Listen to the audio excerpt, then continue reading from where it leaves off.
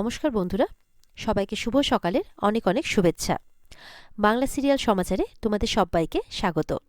তোমাদের পছন্দের ধারাবাহিক অনুরাগের ছোঁয়ার আজকের পর্বের রিভিউ নিয়ে আমি পৌঁছে গেছি তোমাদের সামনে। গল্পের শুরুতে আমরা দেখতে পাচ্ছি কাকিয়া উর্মিকে বলছে দুধটা খেয়ে নেওয়ার জন্যে, যে তুমি তো সেই কিচ্ছু খাওনি, এরকমভাবে না খেয়ে থাকলে কিভাবে হবে। তখন উর্মি বলছে না, আগে মেয়েটা বাড়ি ফিরুক তারপরে খাবো। আর সেই দুধ যখন এনে দিচ্ছে, দুধ দেখে তো আরও ঘাবড়ে যাচ্ছে উর্মি, কারণ সেই দুধেই সে ওই খারাপ কাজ করেছিল। এটা দেখে কাকিয়া বলছে যে রূপা যদি জানতে পারত যে তার কাকিয়া তাকে কতটা ভালোবাসে, তাহলে কতটা খুশি হতো। আর এদিকে উর্মি কিন্তু সেই বিষ মেশানোর কথাটাই মনে মনে ভাবছে, সেই জন্যই তার এতটা চিন্তা হচ্ছে। তখন সেই সময় রূপা চলে আসে বাড়িতে। রূপার সাথে সূর্য, জয় সবাই আসে। এরপরে রূপা আসতেই উর্মি দৌড়ে যায় যে থ্যাংক গড তুই ঠিক আছিস রূপা, তুই বাড়ি ফিরে এসছিস। রূপা বলছে যে তুমি ভেবেছিলে বোধহয় আমি আর কোনোদিনও ফিরে আসবো না, তাই না? তখন এটা শুনে কিন্তু জয় অবাক হয়। জয় তখন বলছে দাদাই এসব কি বলছে রূপা। তখন রূপার দিকে যখনই তেড়ে যাবে তখন সূর্য আটকাচ্ছে। উর্মি বলছে তুই কি বলছিস এসব রূপা। রূপা বলছে কেন, তোমার কিছু মনে পড়ছে না বুঝি? তুমি তো এটাই চেয়েছিলে যে আমি যাতে কোনোদিনও বাড়ি ফিরেই না আসি। এরপর রূপা তার কাকিয়াকে বলছে যে কাকাই এরকমটা জিজ্ঞাসা করছে, বলে দাও যে আমি কেন বলছি এরকমটা। অবশ্য তুমি জানলে তো মনে হয় মিল্কশেকের মধ্যে আরও কিছু ওষুধ মিশিয়ে দিতে, তাই তো? এটা শুনে কিন্তু বাড়ির সবাই তখন অবাক। উর্মি বলছে আমি কিছু বলতে চাই তোকে রূপা। তখন রূপা বলছে আর কোনো কথা তোমার আমি শুনবো না। আরে আমি মনে করেছিলাম যে তুমি বোধহয় আবার সেই ছোট্টবেলার মতো আমাকে ভালোবাসছো, তুমি বোধহয় আবার বদলে গেছো, কিন্তু না, আমি তো ভুল ছিলাম। তুমি একজন খুনি, খুন করতে চেয়েছিলে তুমি আমাকে। বলে আরে আমি তো মায়ের ব্যবসার কাজেই গিয়েছিলাম, যেই ব্যবসার টাকা তোমরা খাও বেঁচে থাকো সেই কাজেই আমি গিয়েছিলাম। তখন কিন্তু দীপারা ওখানে চলে আসে।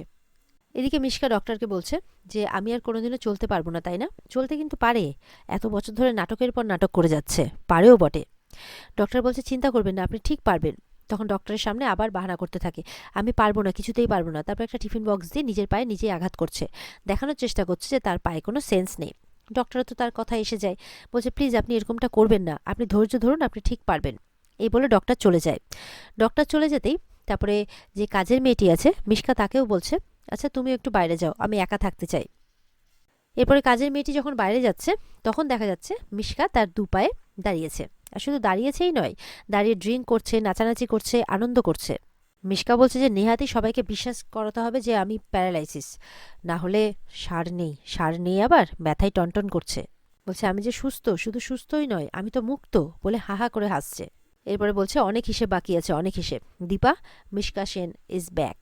এরপর রূপা আবারও কিছু বলতে গেলে উর্মি বলছে শোন না বাবা, বলছে আমি কোনো খুনিকে কথা বলতে দিতে চাই না। জয় বলছে রূপা তুই না জেনে কথাগুলো কেন বলছিস। তখন রূপা জয়ের কাছে গিয়ে বলছে তাই বুঝি, আমি না জেনে কথাগুলো বলছি? তুমি কিভাবে ভাবলে এটা যে আমি না জেনে কথাগুলো বলছি? উর্মি বলছে মনে মনে যে রূপা আমি ভেবেছিলাম আমি ক্ষমা চাইবো, কিন্তু তুই তো আমাকে সেই সুযোগটাই দিলি না। রূপা বলছে আচ্ছা তোমরা শুধরোবে না তাই না, তুমি আমার মায়ের ব্যবসার টাকা চুরি করছো, তোমার বউ আমাকে মারতে চাইছে। তখন জয় চিৎকার করছে রূপার উপরে। এদিকে ওপর থেকে সূর্যের বাবা আসে, বলে রূপা দিদি ভাই তুমি চলে এসেছো।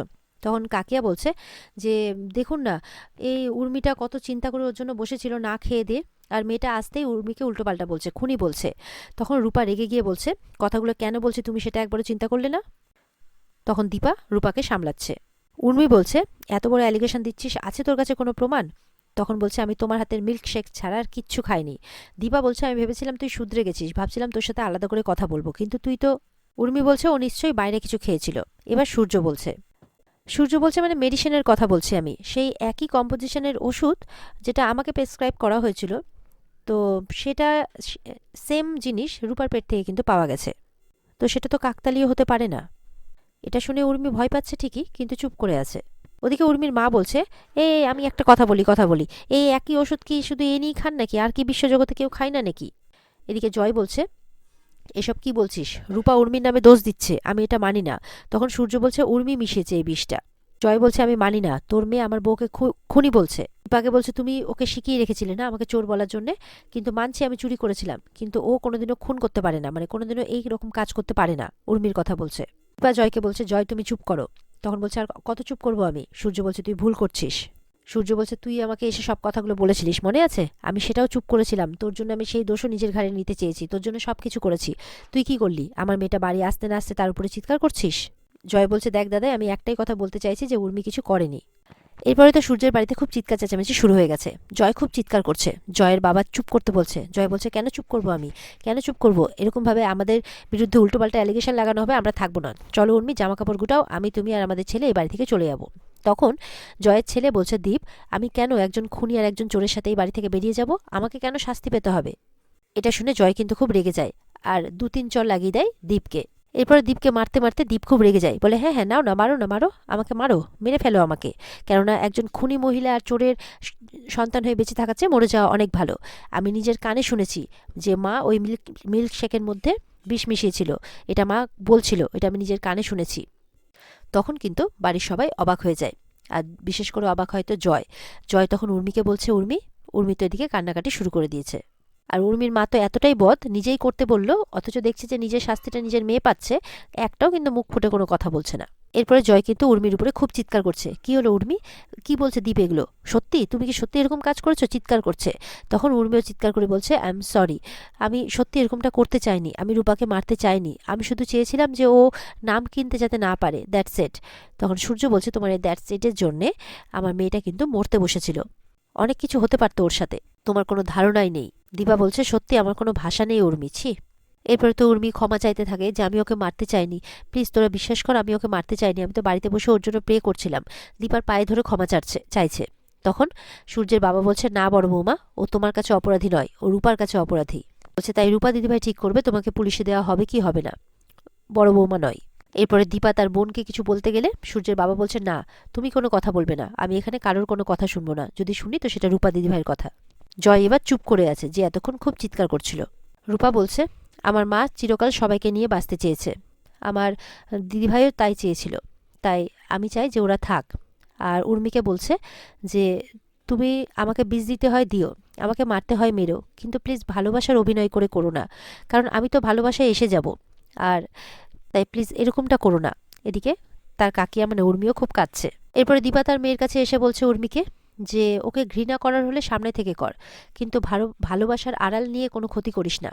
এরপরে রূপা দৌড়ে চলে যায় ঘরে, তার পেছন পেছন দীপা যায়, সোনাও যায় আর সূর্যও যায়।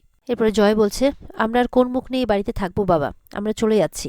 তখন সূর্যের বাবা বলছে, এইভাবে পালিয়ে পালিয়ে বাঁচিস না, বরঞ্চ যদি অনুতপ্ত হোস নিজেদের কাজকর্মে, তাহলে রূপার কাছ থেকে শিক্ষা নে আর কিছু করে দেখা। কালকে বড় বৌমা আর তোর দাদায়ের বিবাহবার্ষিকী, 20 বছরের বিবাহবার্ষিকী। এই 20 বছরের লাস্ট ওরা একসাথে কবে থেকেছে, কবে আনন্দ করেছে, আমার তো মনে পড়ে না। তাই কালকে কিছু একটা কর ওদের জন্যে, ওদেরকে আনন্দ দেওয়ার জন্যে। জয় তখন মাথা নাড়িয়ে হ্যাঁ বলছে। এদিকে রূপা ঘরের মধ্যে চুপ করে দাঁড়িয়ে আছে।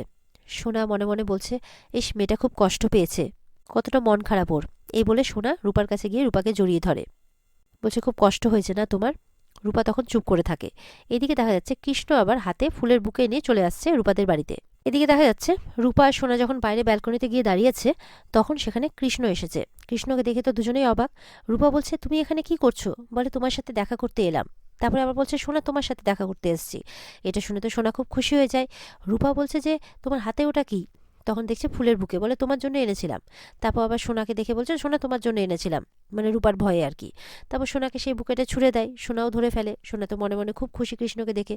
সোনা বলছে, রূপাকে তোমার সাথে দেখা করতে এসছে, তোমার মানে খবর নিতে এসেছিলে, এসছে, আর তুমি এরকম কেন করছো? তখন রূপা বলছে, পৃথিবীতে ফোন বলে কিছু নেই। তখন বলছে, ছাড়ো। এরপরে সেখানে তখন ওই ছোট্ট পাকা বুড়িটা চলে আসে, মানে লাবণ্য, আর ওপর থেকে একটা দড়ির মতো ফেলছে। বলে, প্রিন্সেসরা এইভাবে তার চুল ফেলতো আর সেই চুলে উঠে আসতো প্রিন্সেস, কিন্তু এই প্রিন্সেসদের তো অত বড় চুল নেই, তাই আমি এটা ফেলছি, এরকমভাবে বলছে আর কি, বাচ্চা মেয়ে। এরপরে ঘরে কেউ আসছে, মানে আওয়াজ পাওয়া যায়। তখন সোনা বলছে, মনে হচ্ছে কেউ আসছে। তখন এরা কিন্তু ভেতরে চলে যায়, আর কৃষ্ণ তখন বাড়ি চলে যায়। ঘরে গিয়ে দেখছে যে তাদের কাকা এসছে, মানে জয়। জয় মানে রূপার সামনে এসে বলছে যে, তুই আমাদেরকে ক্ষমা করতে পারবি? তখন রূপা বলছে কাঁদতে কাঁদতে যে, পারবো কাকাই, পারবো। তখন জয় বলছে যে, আমরা আবার সব কিছু ভুলে এক হতে পারি না? তখন বলছে, হ্যাঁ কাকাই, পারবো তো, তুমি যখন এগিয়ে এসছো তখন আমিও অবশ্যই এগিয়ে যাব। এরপরে জয় আবারও সরি চাইলে রূপা বলছে, তুমি প্লিজ এভাবে বলো না, আমিও তো তোমাকে কত কিছু বলেছি বলো। এরপরে সবকিছু ভুলে তার কাকাইকে গিয়ে জড়িয়ে ধরে। জয়ও রূপাকে খুব ভালোবাসছে। তারপরে বলছে, আচ্ছা, কালকে কিন্তু দাদাই আর বৌদিদির বিবাহবার্ষিকী, তো আমাদেরকে কিন্তু কিছু প্ল্যান করতে হবে। বৌদি তো রেস্টুরেন্টে চলে যাবে, ততক্ষণে আমরা ড্রয়িং রুমটাকে সাজিয়ে ফেলবো, তারপরে আসতে একদম খুব বড় করে সারপ্রাইজ দেবো। এরকমভাবে প্ল্যান করছে সবাই মিলে। এরপরে লাবণ্য বলছে, হ্যাঁ আমরা কিন্তু খুব আনন্দ করব। তখন জয় লাবণ্যকেও ভালোবাসছে, হ্যাঁ মা আমরা খুব আনন্দ করব। বলে যে রাত হয়ে গেছে, যাও এবার গিয়ে ঘুমিয়ে পড়ো। আর এরপরে জয় বারবার করে রূপাদের বলছে কালকে কিন্তু খুব আনন্দ করব। রূপার হাত ধরেও বলছে আমরা কিন্তু এবার সব ভুলে এক হয়ে থাকবো। রূপা বলছে হ্যাঁ আমরা এবার সত্যি সব কিছু ভুলে আবার একসাথে এক হয়ে থাকবো। এই বলে জয় চলে যায়, আর রূপাদের মুখেও তখন একটু হাসি আসে। এরপরে দেখা যাচ্ছে দীপা ঘরে ঢুকছে। সূর্য বলছে যে আমি যেরকমটা বলেছিলাম সেরকমভাবে সেজে এসেছো দীপা। দেখা যাচ্ছে লাইট জ্বালানোর পর দীপাকে একদম প্রথমভাবে যেই রূপে দেখেছিল, সালোয়ার কামিজ পরে, যেই সালোয়ার কামিজটা পরে যেইভাবে দেখেছিল একদম সেম টু সেম দীপা সেইভাবেই সেজে এসেছে। সেরকমই চুল বেঁধে, সেরকমই গয়না পরে, সেরকমই হালকা সাজ, সেরকমভাবে একদম সেম টু সেম, যেটা দেখে কিন্তু সূর্য অবাক। আর সূর্য কিন্তু অনেকটা সেরকমটাই সেজে আছে, যেরকমটা ওকে দেখতে আগে লাগতো। দীপা বলছে আপনি চাইবেন আর আমি দেবো না, এটা তো হতে পারে না। আমি সবটা আপনার পছন্দের মতো এতদিন ধরে করে এসেছি, আপনি যা চেয়েছেন তাই করার চেষ্টা করেছি, যতদিন বাঁচবো করে যাওয়ার চেষ্টা করব। বলছে আজকের দিনের জন্য আমরা বাইরের জগৎ সংসারে সমস্ত জটিলতা ভুলে যাব। এরপরে সূর্য দীপাকে সারপ্রাইজ দিতে হুইল চেয়ার সরিয়ে দিয়ে ব্যালেন্সের সাহায্য নিয়ে সেই ব্যালেন্সকে ধরেই মানে নিজের শরীরকে ব্যালেন্স করে দীপার কাছে আসার চেষ্টা করে। আবার আগের মতো দীপার কাছে আগের মতোভাবেই আসার চেষ্টা করছে সূর্য, যেটা দেখে দীপাও খুব খুশি হয়ে যায়। আর এইভাবে দুজন দুজনের দিকে তাকিয়ে হাসতে থাকে। আর এখানে আজকের পর্ব শেষ হয়ে যায়। তো বন্ধুরা, এই ছিল আজকের পর্বের রিভিউ। ভালো লেগে থাকলে পর্বকে লাইক, কমেন্ট আর চ্যানেলকে কিন্তু সাবস্ক্রাইব করতে ভুলবে না। পর্বের ফুল এপিসোড দেখতে অবশ্যই স্টার জলসার পর্দায় চোখ রাখবে। তাহলে দেখা হচ্ছে আগামীকালকে। ততক্ষণ সবাই ভালো থাকবে। টাটা।